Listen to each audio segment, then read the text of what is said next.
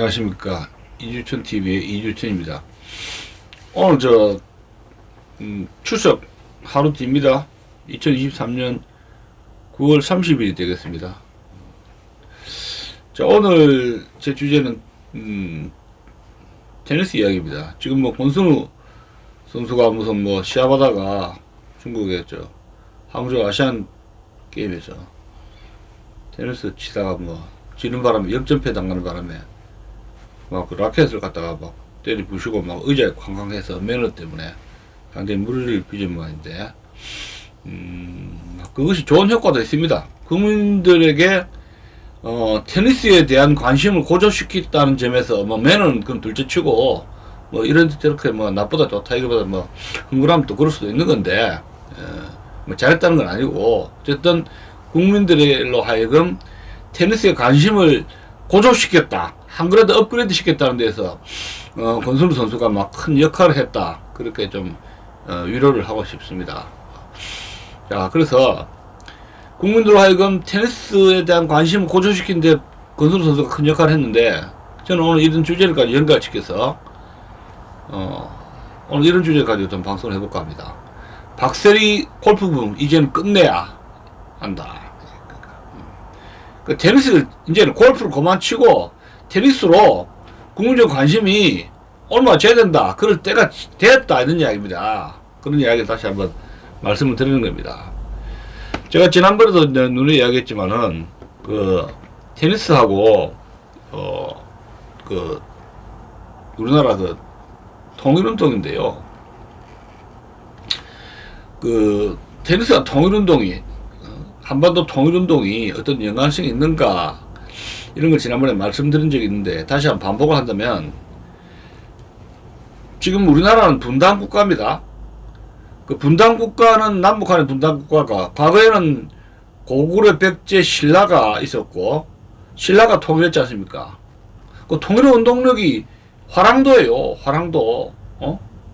무술을 통해서 또 정신력을 고양시키고, 그때 임진무태라는 정신이 있었지 않습니까? 원광법사의 가르침이 있었죠. 사군위축이라든가 임전무태, 사친이효, 교우이신, 살생유택, 이런 말하자면 법계, 원광법사의 법계 가르침이 있었고, 굉장히 무술을 단련을 많이 했지 않습니까? 김춘추, 또 김유신, 이런 인물들이 화랑 출신 아닙니까? 화랑, 그죠? 화랑 출신이고, 그리고 우리나라의 60, 70년대 한때 유행했던 운동이 권투라든가 레슬링, 탁구, 태권도 같은 헝그리 정신을 통해 가지고 상대방을 제압하는 것이었는데, 우리나라 지금 남북한에 대비가 되어 있기 때문에, 대치 상태이기 때문에 6.25 전쟁을 경험했고, 어차피 북한을 해방시키고 주민들에게 자유통일을 안겨주려면은 이 북한의 공산당을 제압을 해야 되지 않습니까? 제압을. 내가 전쟁을 하라는 게 아니에요. 그러면 상대방을 제압하려면은 상대방을 제압할 수 있는 그런 격투기, 무술, 이런 것으로 국민들이 단련을 해야 될 필요가 있는 겁니다. 근데 제가 이번 주제가 골프붐, 박세리 골프붐 끝내야 된다는 게, 골프는 상대방을 제압하는 운동이 아니에요. 자기 전략 전술로, 자기 체력으로, 힘으로, 기세로, 정신력으로 상대방을 제압하는 것이 골프가 아니란 말입니다. 18개 구멍을 넣는 거예요. 그냥 점수 따기지. 누가 많은 점수를 냈느냐지 샷으로 제압하는 게 아니란 말이에요. 근데 남북한에 통일을 하려면 북한 공산당을 제압해야 될 거 아닙니까? 이 샷으로. 그러니까 테니스가 과거처럼 격투기가 레슬링 한다든가 권투를 할 수가 없잖아요. 자식들이 한 명, 두 명 키우는데, 그러면 어울리는 운동이 뭐냐? 국민 정신을 강화시키고 전략 전술을 개발할 수 있는 것이, 이것이 테니스예요. 테니스만한 운동이 없다는 이야기입니다. 독일 같은 경우에 그 테니스 붐하고 축구 붐, 테니스 독일이 통일한 운동력은 제가 다시 말씀드리지만은 스포츠 강국으로서 세계를 제패했습니다. 유럽을 제패했습니다. 축구, 유럽 축구에서 우승을 했죠. 그 다음에 테니스, 베커, 85년도경에 윈블던에서 우승했지 않습니까? 어? 그리고 또 누굽니까? 저 독일 여자 테니스 그라프가 88 올림픽에 여자 단식에서 금메달 땄잖아요. 88년도.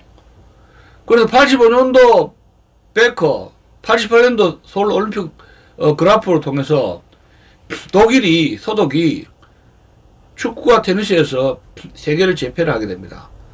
그리고 여러분 알다시피 89년입니까? 베를린 장벽이 무너지고 독일 통일이 이루어진 거 아닙니까? 독일 통일이. 그러면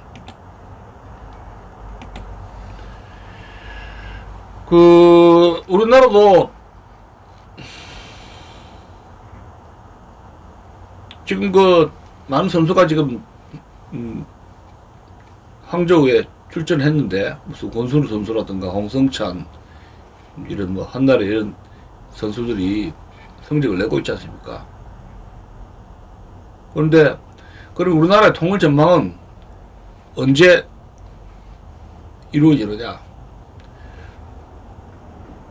지금 조셉 선수가 15살인데 미국으로 유학간 말이에요. 그 젊은 친구들이 테니스에 많이 지금 도전을 하는데 나이가 14세, 15세 정도 됩니다. 이제 성적을 내려면 한 3년 이상 걸려야 되거든요. 3년에서 5년 정도 걸리는데, 조색 세대가 20대 정도, 20살 정도 될 때, 성적을 낼 수 있지 않습니까? 그 당시에. 그렇다면은.